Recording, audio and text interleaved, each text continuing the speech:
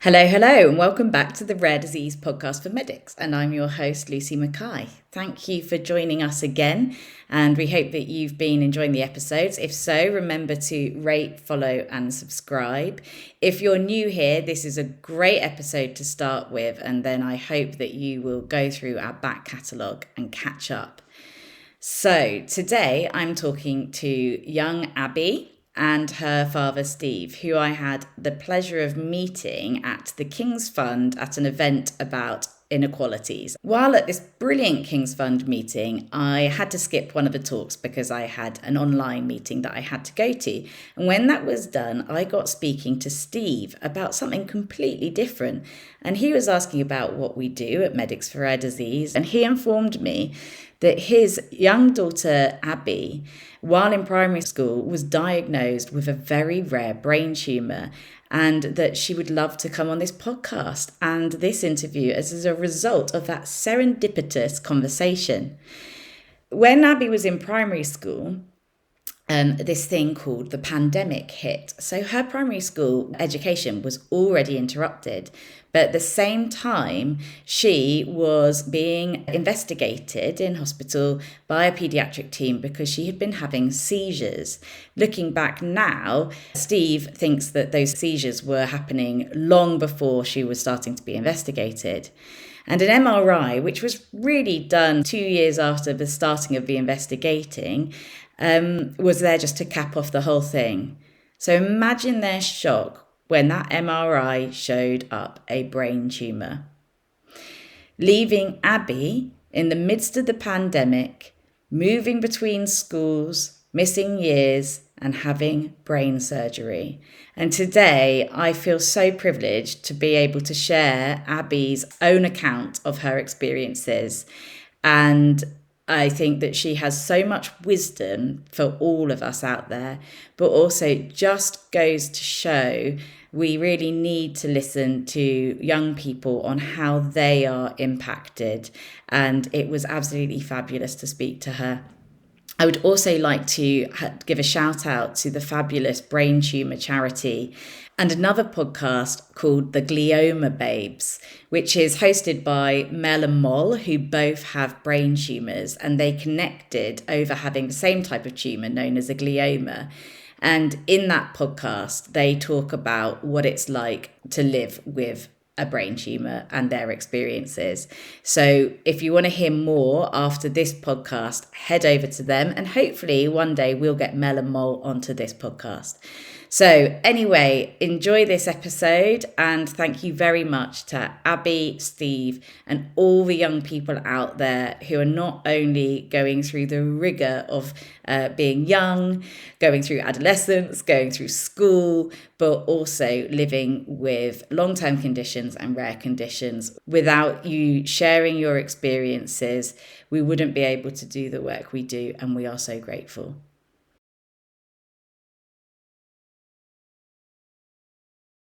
Welcome to the Rare Disease Podcast, and thank you for joining me this evening. I know it's a hot day, and so I'm really grateful for you logging on to be able to talk to me.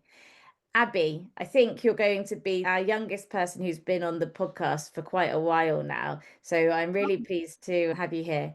Would you like to introduce yourself a little bit? Hi, I'm Abbie Hunkin, and I am known for having a brain tumour and epilepsy. And not long ago, we found out that I've actually got a rare brain tumour that only 6% of the UK have, and that's why I'm here today. Wow. So thank you for joining us.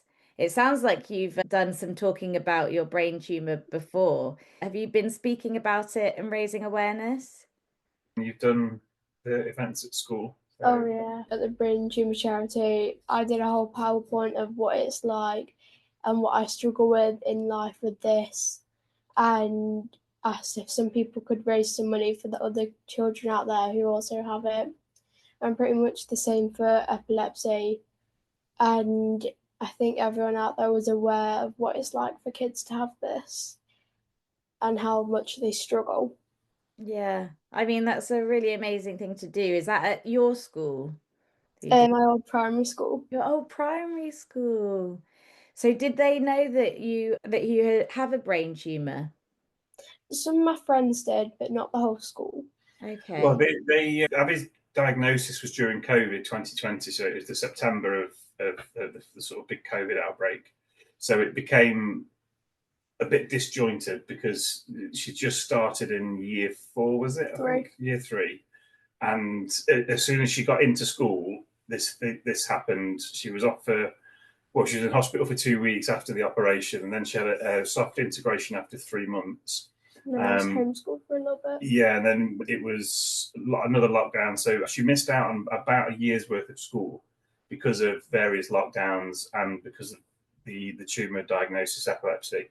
And then once she came back into school and it became a bit more consistent, the school were very keen on making sure all the other children were aware and that they knew what to do if Abbie had a seizure or what to expect. So they were really supportive, but they did let Abbie lead it as well, which was really good because she could say it in her words, and they were very keen on making sure she had that opportunity. So they were really supportive, and that helped Abbie grow because her confidence was hit massively. And then they allowed her that platform and ownership of the discussion. And then she absolutely flourished after about a year. Another year on from that, it was emotional to see, shall we say, because you could just see her standing taller, sort of talking. Her friendship group was really good. They all know what to do when Abbie has a seizure. They do. Or what to do when she's not having a great day. The support that it created was massive. Do you remember what it was like before you were told you had a tumour? Do you remember what your difficulties you were having? To me, it didn't feel like I had really any difficulties. I think the only one that I thought it was I just struggled a little bit with maybe a bit of spelling, and sometimes I said some word or some, like, I put some letters backwards, didn't I, Dad? I used to do that before I got diagnosed. So it was never diagnosed with the outcome to be a tumour. Abbie was under the care of the paediatric team to look at the epilepsy side of things because the epilepsy was the only condition that we had, or had effects, if you like. So Abbie would wake up in the mornings extremely tired, and I know a lot of kids do wake up tired, but we're talking having to peel her out of bed. Yeah. This is when she was sort of 3, 4, 5 years old. And then she started having what they classed as nocturnal, not seizures, but sort of convulsions. And it's quite common in children of her age. But she went for an EEG. Did when I was about 5. Lots of tests. And it didn't come up with anything other than this nocturnal benign childhood epilepsy, which they assumed she'd grow out of. And the MRI that they put in place in the September of 2020 was just to cap it all off and just to sort of confirm the diagnosis. There was nothing else there. And then they found the tumour by accident during the MRI. And even the doctor who sort of commissioned the MRI was absolutely beside himself because not one person picked it up, but it was just by luck that they found it. So it kind of connected a lot of the dots with us in terms of why Abbie would struggle, why she'd be so tired, why she would her speech and language would sometimes be affected. So it really answered a lot of questions and meant that we could. Like my pronunciation was I wouldn't pronounce as normal. So Abbie, is it fair to say that in a way it must be hard because you don't know any different? It is quite hard, to be honest. Because if someone's saying this is, for you, I guess, if you've always felt that way, then it can be hard. And then often that's why we rely on our parents or someone we love to help say it's something, that doesn't seem right. How did it feel for you going through this? Because you're the person who everyone's talking about. How did you feel with it? I mean, it was very emotional when I was in the hospital because I couldn't see any family there to support me when having this, especially when it came to the operation, because I was very, very upset when we found out that they had to remove some of the lump, and it was just kind of very, very sad that I couldn't see any family to support. Is that because you So you couldn't have people in the hospital with you all the time, I imagine? No. No, I could only choose between my mum and dad. Oh, because of COVID, because of Yes, on the ward where we were, it was the same ward that treated my niece 6, 7 years prior. So we knew all the staff, but unfortunately, I had to be on ward for 24 hours with Abbie, and I could leave to the family room for 2 or 3 hours whilst her mum came in to be with her. But that was it. There was no other access. That it was a completely closed down ward, and it was really not interesting, wrong word, but to see how poorly other children are as well, and everything that they're going through. I mean, Abbie's time on the ward was huge in terms of what they were trying to do and having a brain operation. But some of these kids had been operated on hundreds of times from the age of 2, 3 months. So it was really eye opening, but also the amount of people that are there supporting you and all the doctors and the nurses and the families that were there. That was pretty special to be involved with that, because it made you feel safe and secure. So especially this boy who was a lot older than me. He was in the hospital, and before he left, he got me a box of chocolates, a card, and a teddy bear, and that was really kind of him. And that just made me feel a lot more safer there. Do you remember how long you were in hospital for, Abbie? 2 whole weeks. 2 weeks. It does sound really tough. It's hard to be in hospital anyway for anyone, and especially a young person, but also when, because of what was happening with the pandemic, that it means you weren't able to have friends, I imagine, to come and visit you. I couldn't go, but then one night we went to the door entrance and we saw my auntie Julie there with my two cousins, and we were speaking through the door, and it was really nice because it's like sign language, wasn't it? Yeah, because it was just really nice to actually see a family through a door that feel like I've been separated for ages from them.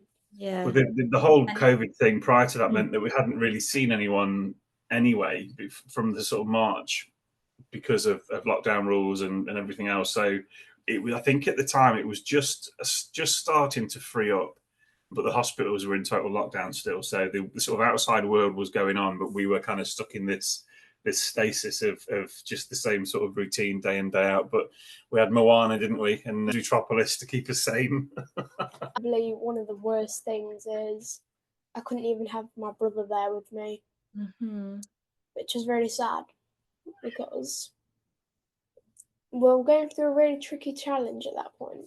Yeah. Have you got an older brother or a younger brother? Older brother. Yeah, and I bet he wanted to look after you. He did. He did. I think even some nights he was sad that I wasn't there. Yeah, I'm sure he was. I'm sure he was. I had a big operation when I was 16, and I have an older brother. He's 5 years older than me. Same with my brother. Really? Oh, Yeah. and he would come to the hospital. He'd sit there for hours. I don't think my parents ever stayed over in the family like accommodation, but my brother would. So I can only imagine that he wished he could have been there too. And what did they do during the operation? Do you know? Well, it was a 7-hour operation to stitch my head open so then they could get rid of some of the lump, I think it was. Yeah, so it was purely exploratory. So you won't be able to see it, but if you just turn your head to the side, Abbie's got a scar which runs from about here and goes right the way down like a half moon behind her ear. And they went in to just see what was there and take a biopsy to make sure that obviously it wasn't anything that we needed more attention. But that's when they noticed that there was a big blood vessel running through it. So the idea was they were going to go in and take as much out as they can, but they only managed to remove about 5% because they didn't want to risk anything. And it became very clear during the operation that the tumour itself was on the very low grade sort of scale, so it wasn't going to cause any damage. So it was more about getting enough to be able to do the biopsy and then just getting her put back together and recovered. So did they have to shave your hair? They had to shave a little bit off. How did you feel about that? I mean, I was fine because, like, well, it wasn't all of it. No? I was fine about that because my hair was kind of long, but not that long at that time, and I was still growing it out like I am now. So I didn't want them shaving it off, so they only had like a little bit to shave off. Okay, so they only took a bit out. And what was this? How did the scar feel? Was it? It hurt, I think, a little bit at the start, but then just I got used to it more. Yeah, yeah. Because obviously, straight after the operation, well, my head's not going to feel fine. It hurt. I can't believe I'm talking to someone who's had brain surgery. I mean, yeah, you've experienced something that so many people will never experience. And when you brush your hair, does it feel funny where the scar is? Not really, now that like there's not really any of the stitches left there, Okay. but it just feels fine now. When I used to work as a doctor in emergency department, you know this your scalp, which is the skin over your head, it's got lots of blood vessels in it and it bleeds so much.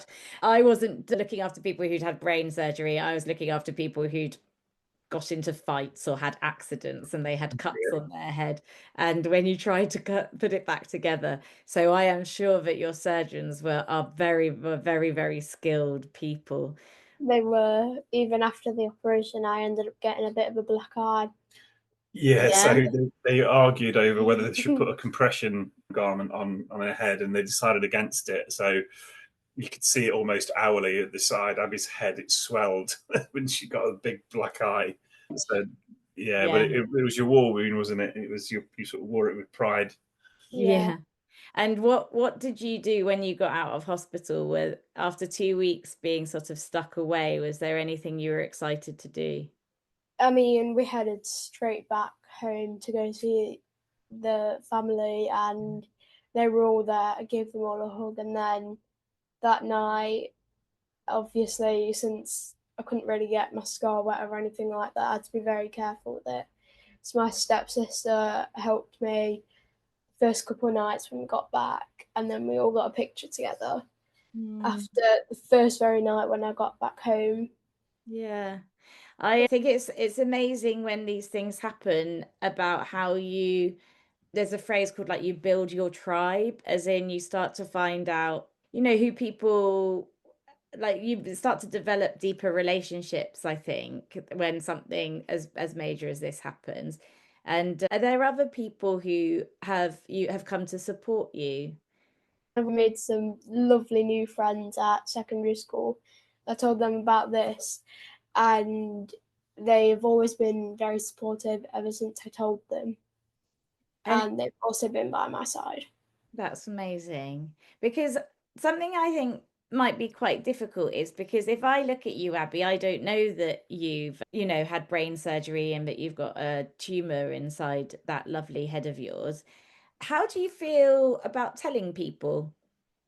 I don't really mind because for example, if I was friends with them, but if I didn't let them know, and if I had a seizure in class, for example, they probably wouldn't quite know what's going on, and I wouldn't want them to be coming over to me too much and asking what was that, what was happening there.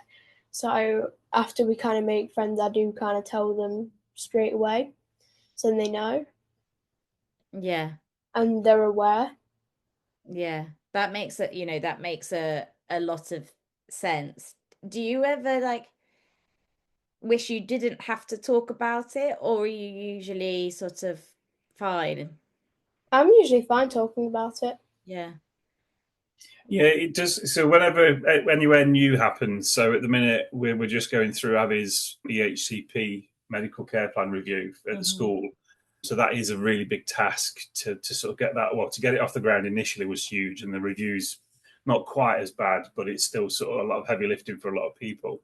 But Abbie's going on an excursion with school, and the amount of planning that takes to obviously make them aware of what Abbie's limitations are. So anything that's too like the physical exertion can cause exhaustion, and then Abbie it can bring on a seizure. And then if she does have a seizure, it then has a really big sort of snowball effect on her fatigue and tiredness and energy levels. So what would usually be classed as straightforward for Abbie, if she's post seizure, it becomes a really difficult task. So it's getting everybody to understand that that's where it's at. So she does cheerleading. She's progressed massively through swimming, but it does take a huge amount of effort from everybody involved to make sure that the right level of care is there and the right level of planning is in place. And the same with gymnastics. Yeah, with gymnastics and everything that we do to make sure that Abbie's comfortable, that the plan that's in place is suitable and that she knows what's going to happen. Because when she comes around from a seizure, she could be quite disorientated and a bit sort of unsure of her surroundings, especially if there's a stranger there. So it does take a huge amount of planning, but everyone that we speak to, everyone that's involved has been amazing. And Abbie's her biggest or her own advocate for what's going on, and she talks a huge amount about what she can and can't do. Well, you want to tell about your announcement in PE today with your grouping that you got? You've been put in top set. So we had this certain amount of sets in PE, and they have a top and then like a kind of top and medium one, and then just a normal medium and easy group.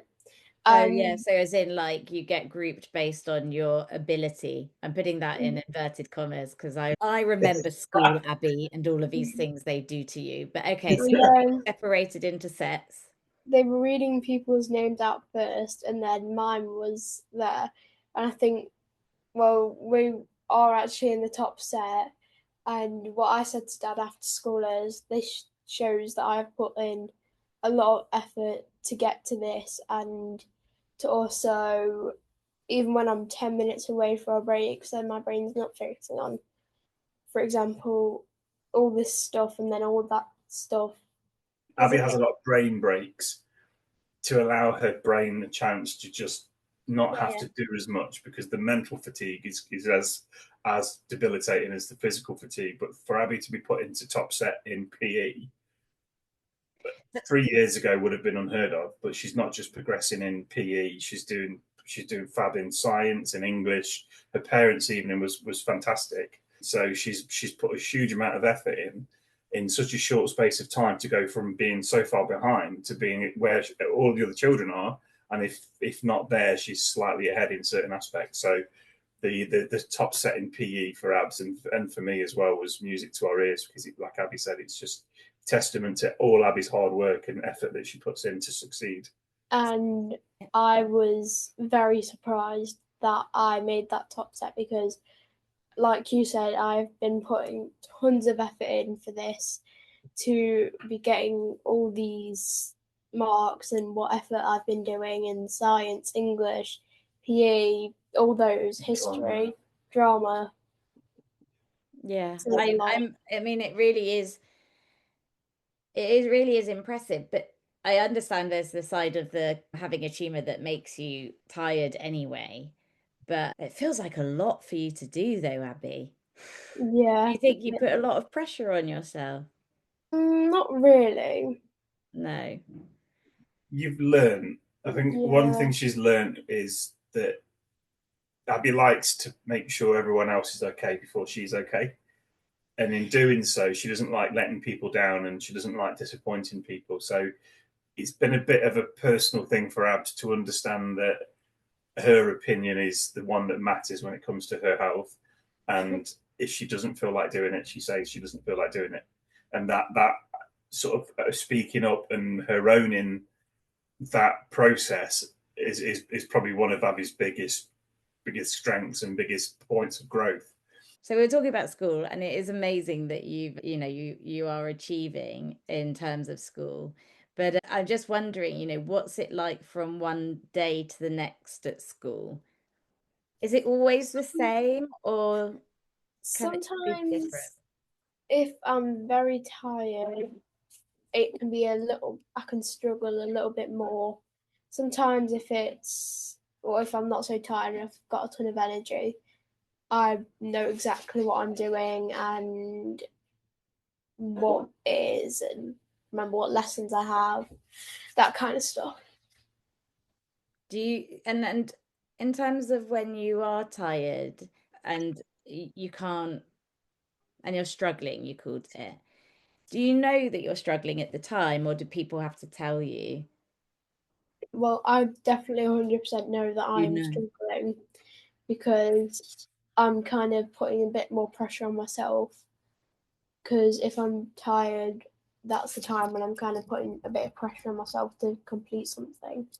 And what do you do? Do you, when you recognize that you're doing that, is there anything that you do that helps?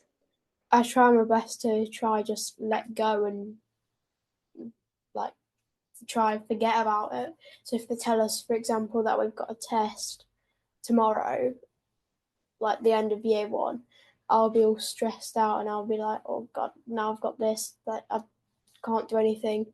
I haven't been in like most of those lessons, for example. If it was in some lessons that I've missed quite a few times, if I was off for an appointment, if I wasn't very well, I would have no clue what I'd be doing. Yeah. So I can Then find things a bit tricky. yeah, I can see that. What helps you chill? I think seeing my dad, just having a bit of time with him and watching a bit of a show can help. Yeah. Oh, that's so lovely. And Because then that's taking things off my mind. oh, That just helped me calm and just make me think I've got this, I can do it, and I don't need to be putting pressure on myself. do you know anyone else who has something similar to you that you In my tutor group, some boy, he's got epilepsy like me. Mm. So there's a boy in your group who has epilepsy, yeah. Do you find that he understands things like like Yeah. yeah. I think one of the things, so I was really lucky. I got to see a talk by the CEO of the brain tumor charity. And I think you've done some fundraising for them and things. They're a fantastic charity. And one of the things that the lady pointed out was that often people can think of brain tumors as benign because they're not a cancer. They're often called benign, but they still cause problems for people. Do you think people what are your main problems? You've got the seizures and then you have tiredness. Sometimes maybe if I'm stressed and overwhelmed and kind of some stuff like that, maybe. Yeah, because I wonder because when you talk to people and you tell them that you have a brain tumor, what is their reaction? They're like, sometimes some people can be like, that must be quite hard for you. And I think that's what most of them are like, especially since we've been in mixed up groups at school. Mm. So some people are leaving 70 to like, we're in the same group, but then we get mixed up with other people just for lessons. And when I met some new friends in the mixed up group that I'm in, well, they are in my group, they, they became my friend, and then I told them, and they think that it must be quite hard, Mm. and they are there to support me. That's brilliant. So do people understand what it is, or do they tend to think anything like around cancer? And they don't really tend to think around anything of cancer. I think they kind of just think it might be a bit hard and Yeah. affect a load of things for me. Yeah. It sounds like you're really good at telling people what this means for you. Yeah. Have you always been good at that, or do you think you've had to learn over time? I think ever since at least year three, I've learned over time of how to explain it out to people, Mm. like I am now, out to everyone. You're an expert at a young age, aren't you?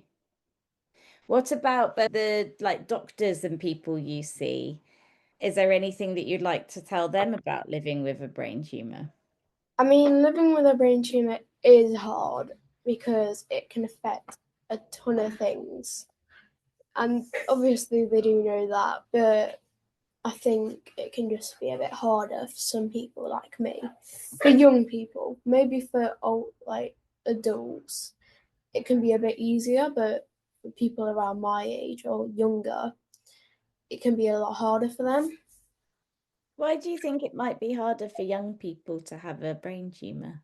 Because they might, if they're like under the age of 10, they might not understand what happens or what it does and what controls it, compared to older people. They understand what controls it, what can cause stuff, because younger people can't really understand that, because they might forget, maybe if they're 5, they may not understand what can cause what seizure.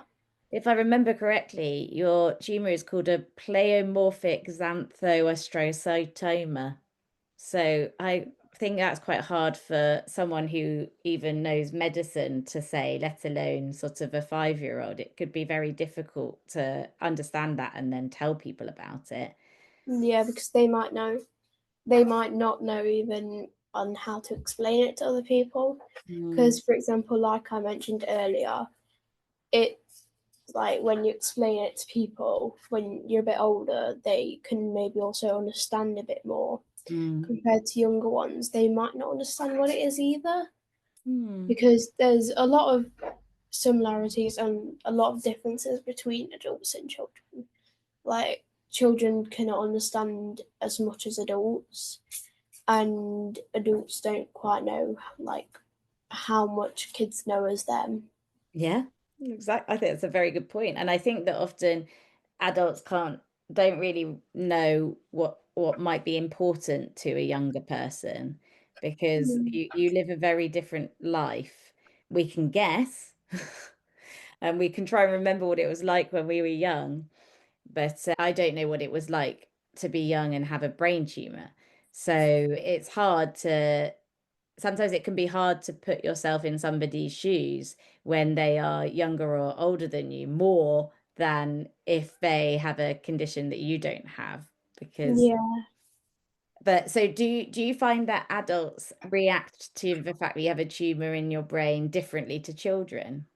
yeah, because children might be a little bit like shocked, thinking like, how do you control this, compared to parents or adults like family? They'll understand it a bit more. Yeah. Do you have any advice to say someone listened to this and they've never heard someone speak about having a brain tumor and they have something similar? Do you have any advice for them?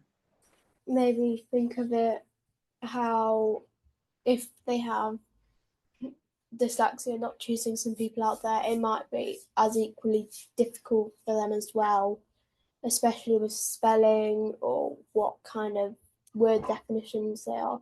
But never worry about what they are when you're young, but when you get a little bit older, when it comes to secondary school, they still don't really care. But when you get a little bit older, they are kind of a bit stricter with your spelling and your kind of writing. So especially when it comes to GCSEs, they have to clearly see what you're writing and what you're spelling. So that's kind of when it gets a bit stricter. So I suggest, for some tips, don't put pressure on yourself, don't push yourself too far, and just try your best to like keep yourself calm if you are very sad maybe and you don't know what to do. Maybe just have a minute to sit down, have a breather, and then rethink over and try to forget about it. Yeah. I love what you say there in terms of, you can only do your best, and accepting that some things are going to be more difficult, but not putting the pressure on yourself. There is a reason why they're more difficult. And it sounds like you've got people around you who try to help you with the more difficult things. And I guess also, having those people around you must be a good idea, I imagine. Yeah. And so one of the things that I learned about from the brain tumor charity is that there isn't much research, which is, finding more information about brain tumors like yours. Yeah. Are you taking part in any research that you know of? Not that I know of. Yeah. I don't think I am. If you could know more information about your brain tumor or something around your condition, what would it be for you, Abbie? What would you like to know more about, or what would you like to have? I would probably choose to research things up of like what it is, what things can maybe cause it, or some stuff like that, and that kind of type of stuff. Yeah. Because then I'll understand a bit more instead of just thinking off my head of what it will be. So Yeah. Is there anything about the future that you know, if you are thinking like so that you could plan your future or know what will happen? yeah, like if I ever wanted to be a doctor for the future, so then I know. And then, for example, if I was a doctor and I remember that instead of researching it back up again, it would be really useful. So then you know what is out, and then you know what's out for the future as well. I think that's a very fair ask. So sort of being able to know what's possible in the future, being able to, and also, are you saying that you'd like your doctors to be able to know more as well, or if you were going to become a doctor? If I was probably going to become a doctor. Yeah, so you'd be able to, because you want to be able to know what you might be able to do in the future and make those plans, huh? Yeah. It's funny because at school they make you think that you need to know what you want to do in your future really early on. Once you're in secondary school, it's almost like you're on a path. It's going to be what are your GCSEs, and then what are your A levels, and then what are you going to do at university, and then what are you going to become? So, but okay, so my tip to you is don't worry about it. Who knows? You don't That's know. come from a doctor. Yeah, I didn't become a doctor until I had already done a load of other stuff.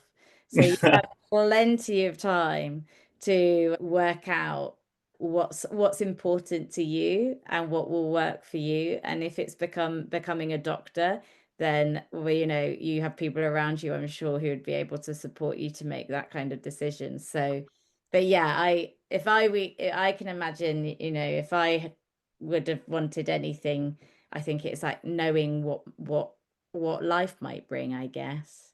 Yeah. And what about you, Steve? If you could research anything for Abbie, what would it be? Or not for Abbie, just in general in this area. That's a great question. I think for Abbie, it would be. It was such a surprise to us all that it was there. And there's a strong suggestion it's been there since Abbie's been very young, if not a baby. So it would be for me, if that, because we've not looked at any of the history, and we can join some of the dots. So when Abbie was 2, you know, she would wake up with very knotted, matted hair, where she'd it was clear now she'd had a seizure, and when she has a seizure, she produces a lot of saliva. When she was younger, the saliva would go into her hair; it would be very knotted.